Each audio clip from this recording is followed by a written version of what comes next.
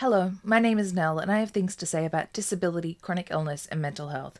I've been living with these since childhood, and here in my videos on my channel, I talk about them with openness and honesty to connect to other people who have also been fighting these battles and to let them know that they are not alone. If that sounds like something that interests you, I would love it if you would subscribe to this channel. Come back every Wednesday when I upload new videos. Let me know what you think of my videos in the comments section and leave suggestions for future videos if you have some. And if you know of somebody who would benefit from or enjoy one of my videos, please feel free to share it with them. Today I want to talk about my experiences of living outside of the mainstream medical practice and how difficult and stressful that can be, especially on a life that's already difficult and stressful enough. There are multiple ways that this is difficult in seeking treatment, in seeking testing, and just in interacting with doctors. In seeking testing, it's hard enough.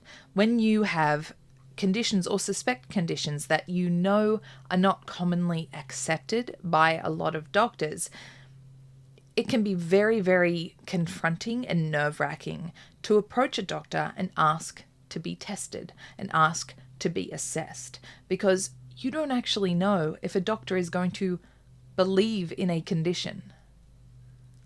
Can you imagine going to your local GP and thinking, I really need to ask if they can just assess me to see if I have the flu, but I don't know if they believe in the flu.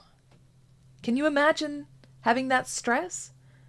And yet, if you want to approach a doctor and say, I think I need to be assessed for chronic fatigue syndrome, I think I need to be assessed for fibromyalgia, I cannot tell you how frightening it can be to start those conversations knowing that there are quite a few doctors who don't believe those things are real, despite the evidence, despite the overwhelming empirical evidence, as well as the life experience of multiple people living with these conditions.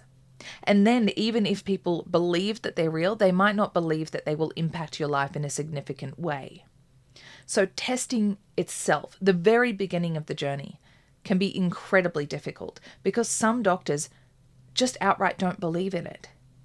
Then it comes to treatment for these conditions, because again, even if a doctor believes that it is a real condition, they might not believe that that condition is actually going to affect you in any significant way.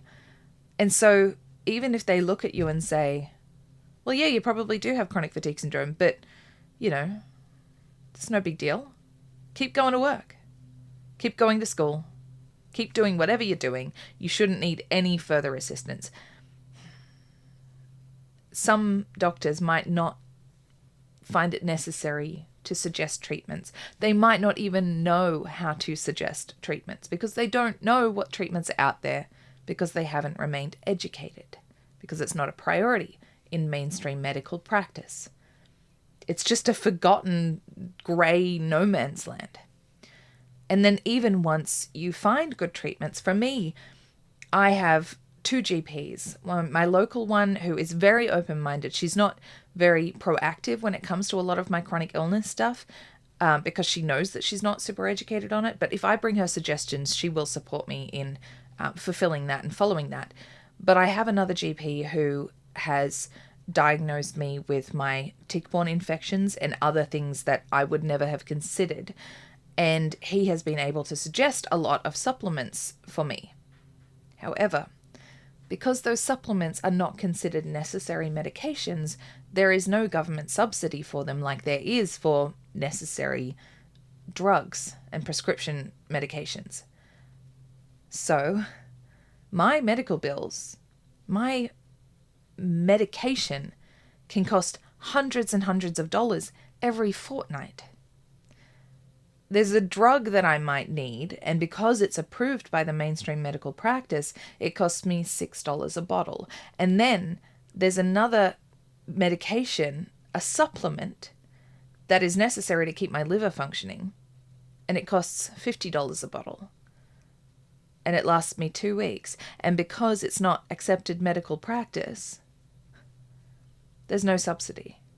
And that's just one medication, and there are multiple medications, multiple supplements that I require because my chronic illnesses bring down my vitamins, my nutrients, everything. But because that's not recognized, none of these things are considered necessary. A lot of us with chronic illness live on the grey area. When we go to apply for disability services, well, you're not disabled. You're chronically ill. Guess what? One can lead to the other. Chronic illness can cause disability. Disability can be caused by chronic illness. But often that's a grey area. It is incredibly difficult living outside of accepted medical practice, especially because so much research has been done to show that chronic illness is hugely impactful on health. Chronic illness is incredibly severe and serious. Maybe medical practice will catch up. I really hope it will. In the meantime, we just have to stay strong and see if our spoons will last. All right. That's all for this one. Thank you so much for watching. Be sure to check out my Instagram and my TikTok. All right. Bless.